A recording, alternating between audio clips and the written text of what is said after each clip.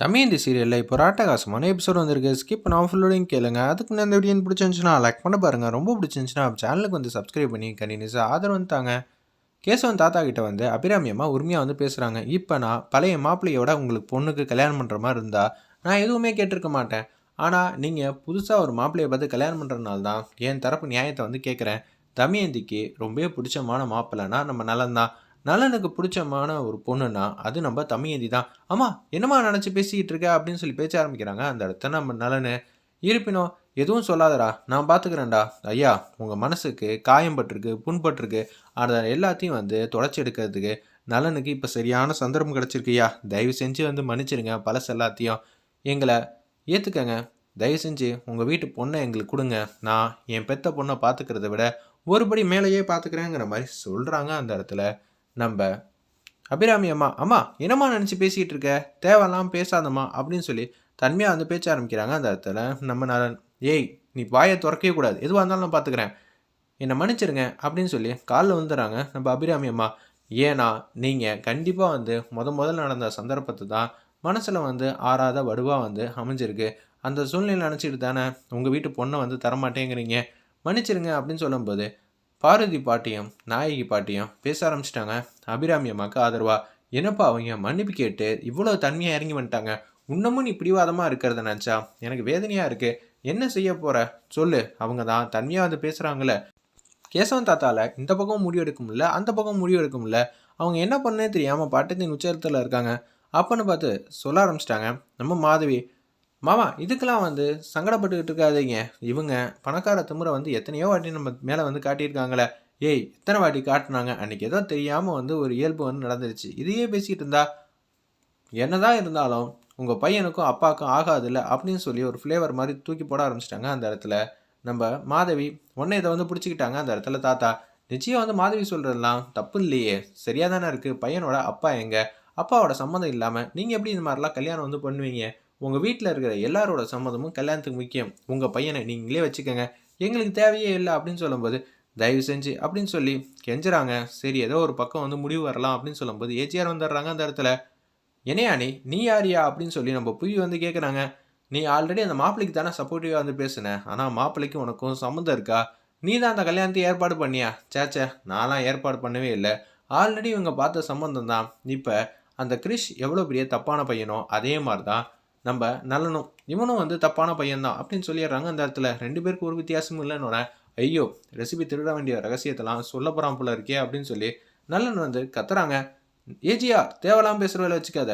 என்னப்பா உன்னை பற்றி இருக்கிற ரகசியத்தெல்லாம் சொல்லணும், நீ எதுக்காக அந்த மெஸ்ஸுக்கு வந்து வேலைக்கு போனேன்னு எனக்கு நல்லாவே தெரியுமே. அப்படி இருக்கும்போது நீ எதுக்கு உண்மையெல்லாம் வந்து மறைக்கிற? எப்போதும் நலன் வந்து உண்மையாக பேசுனி தானே, எல்லாத்தையும் வந்து கைப்பற்றுவான் கான்ட்ராக்ட்லேருந்து எல்லாம் அப்படின்னு சொல்லி சந்தோஷமாக வந்து பேசுகிறாங்க.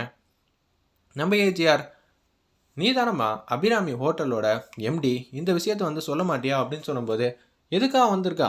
உன் மெஸ்ஸை 4 கோடி ரூபா கொடுத்து விலைக்கு வாங்கணும்னு சொல்லி ஒருத்தவங்க ஃபஸ்ட்டு ஸ்டார்டிங்கில் டீல் போட்டிருந்தாங்களே, அது வேறு யாருமே இல்லை, இவன் தான், இந்த சாட்சாத் இந்த நல்லவன் தான் அப்படின்னு சொல்லிடுறாங்க. அந்த இடத்துல இதை கேட்டவன் வந்து பேரதிர்ச்சியாக வந்து ஆகி நிற்கிறாங்க. அப்போனா என்னை ஏமாற்ற தான் வந்தீங்களா? ஆமாம், உன் ரெசிபியை திருடுறதுக்காக தான் இவ்வளோ நடந்துச்சு. அக்கா இது மட்டும் இல்லைக்கா, ஏகப்பட்ட விஷயம் தப்பு தப்பாக தான் நானும் கேள்விப்பட்டேன்னு வருண் வந்து பேச்ச ஆரம்பிக்கிறாங்க. ஏங்க நீங்கள் செய்கிறது சொல்கிறது எல்லாம் வேறையாக வந்து நடந்திருக்கீங்க. அப்போனா மெஸ்ஸுக்கிட்ட வந்து காட்டின முகம் வந்து வேறு முகமா? அப்போனா ஒரிஜினல் முகம் என் மெஸ்ஸை அழிக்கணும் தான் இது மாதிரி வந்தீங்களா? இந்த ஏஜிஆர் சொல்கிறதெல்லாம் உண்மையா அப்படின்னு சொல்லி பேச்ச ஆரம்பிக்கும் போது, ஆமாங்க்கா நலன் தான் 40 லட்ச ரூபா பணத்தை கொடுத்து சிவராமன் வந்து பேரில் வந்து லாட்டரி டிக்கெட் வந்துச்சுன்னு சொன்னாங்களே, அது எல்லாம் சுத்த பொய்க்கா அப்படின்னு சொல்லிடுறாங்க. அந்த ஏஜெண்ட்டை பார்த்து பிடிச்சி எல்லா விசாரணையும் பண்ணி பார்த்தனா அவங்க தான் இதெல்லாம் சொன்னாங்கன்னு சொல்லி எல்லா உண்மையும் போட்டு உடச்சிடுறாங்க. இதை கேட்டோன்னு வந்து பேரதிர்ச்சியாக வந்து நிற்கிறாங்க. அந்த இடத்துல நம்ம தமயந்தி என்ன பண்ணே தெரியாமல் வந்து அப்படியே அதிர்ச்சியாகி நின்றுட்டு இருக்காங்க. அப்போனா இத்தனை நேரம் வந்து நடித்தது எல்லாமே வேஷமா அப்படின்னு சொல்லும்போது இங்கே யார் யாரை என்னென்னமோ சொல்கிறாங்க, ஆனால் நான் சொல்கிறேம்மா அப்படின்னு சொல்லி அபிராமியம்மா பேச்ச ஆரம்பிக்கிறாங்க.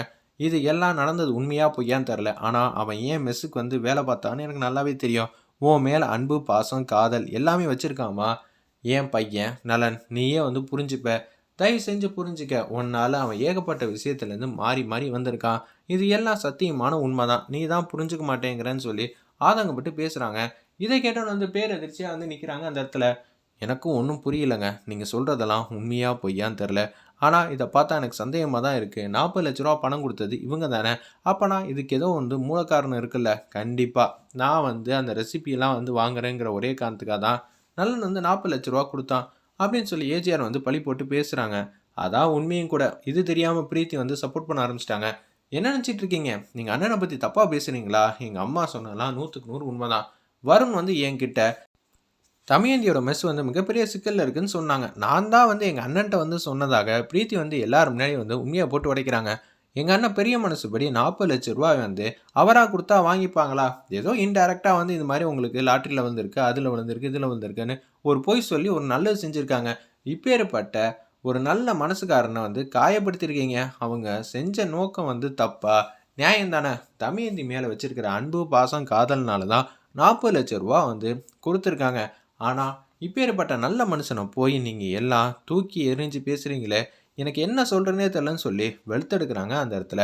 நம்ம பிரீத்தி இதை கேட்டோன்னு சரிம்மா உங்க பையன் உத்தம புத்திரன் தான், ராஜாவோட பரம்பரை தான், பணத்தை அள்ளி அள்ளி ஏழைங்களுக்கு கொடுக்குறாங்க, எல்லாமே ஓகே தான்.